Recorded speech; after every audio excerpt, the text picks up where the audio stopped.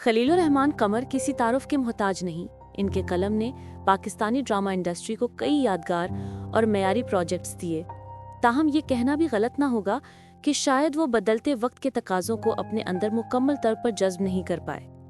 جب مصنف کا قلم کچھ اور کہنا چاہتا ہو مگر موجودہ ٹرینڈز، کمرشل تقاضے اور مارکیٹنگ کی اسٹریٹجیز کسی اور سمت اشارہ کر رہی ہوں تو اکثر کہانی اپنا دم کھو بیٹھتی ہے۔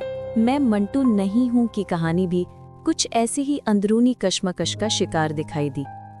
منٹو بذات خود ایک بہت بڑا نام ہے جو کہ ایک مخصوص ذہنی سطح رکھنے والی اور حساس آڈینس کو ٹارگٹ کرتا ہے، لیکن بدقسمتی سے اس ڈرامے میں منٹو والی وائب سرے سے ہی ناپید تھی۔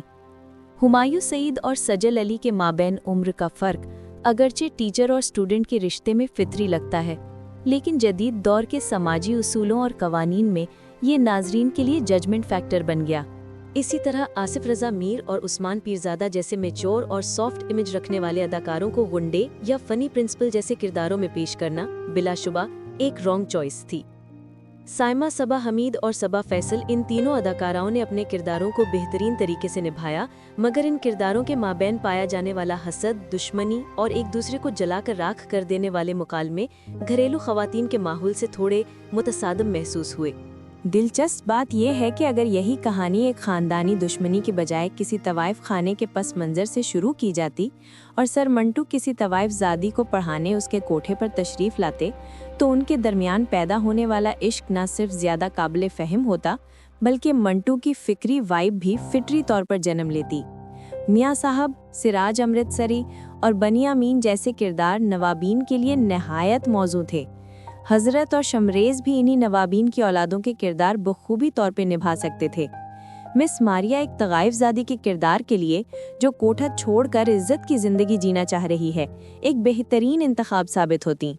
قصہ مختصر، صرف پس منظر کو تبدیل کر دینے سے یہ پروجیکٹ ایک تاریخی پروجیکٹ بن سکتا تھا جو کہ ناقابل فہم ہو کر محض ایک کمائی کا ذریعہ بن کر رہ گیا۔ خلیل الرحمان قمر جیسے مصنف کے پاس کہانی، مکالمہ اور جذبات تینوں پر گرفت اب بھی بے مثال ہے، لیکن وقت بدل چکا ہے۔ اب ناظرین صرف بولڈ خیالات نہیں بلکہ احساس اور حقیقت کے باہمی ربط کو بھی دیکھنا چاہتے ہیں۔